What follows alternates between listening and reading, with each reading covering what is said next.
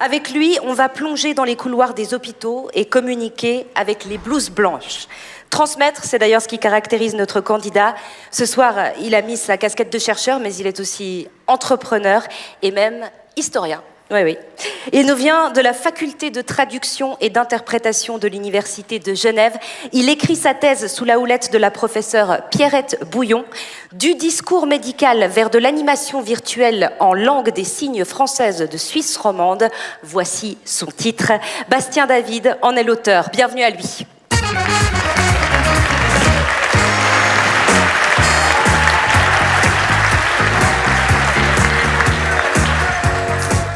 Est-ce qu'on est prêt? Oui. Un petit peu. Il faut se lancer. C'est parti.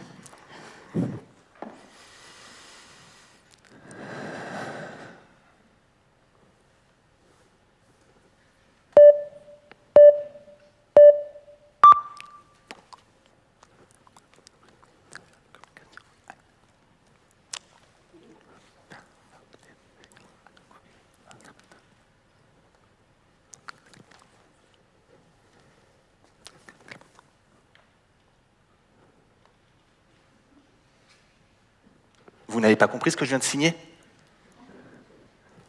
Et vous? C'est exactement ce que vivent des milliers de personnes sourdes qui utilisent la langue des signes au quotidien.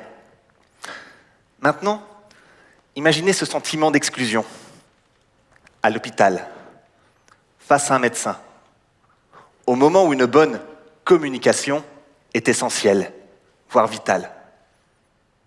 Prenons le cas de Jean. Un soir, il se rend au restaurant.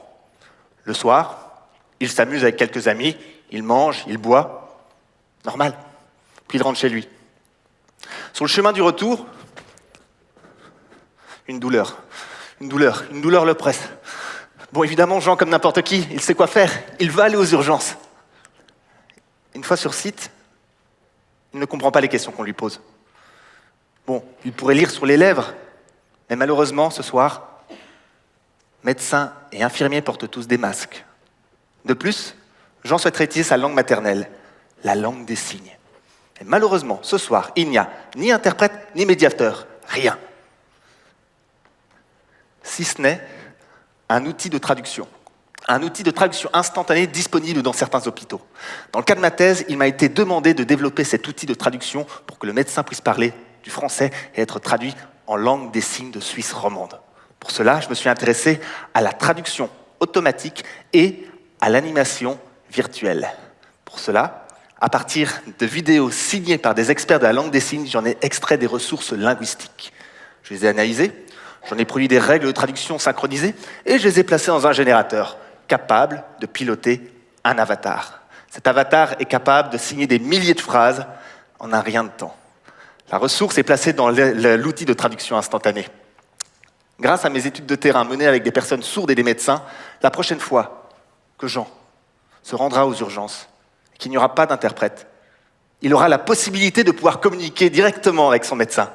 Quand celui-ci rentrera dans la salle de consultation, il portera un micro, il parlera, et sur un écran apparaîtra l'avatar qui signera ses paroles. À ce moment-là, Jean pourra comprendre ce qu'on lui demande et réagir avec des pictogrammes ou de simples gestes. Grâce à cette solution, l'hôpital a une alternative en situation réelle. L'avatar devient ainsi l'allié du médecin, un compagnon virtuel pour des soins plus humains. Merci à tous et à toutes pour votre écoute.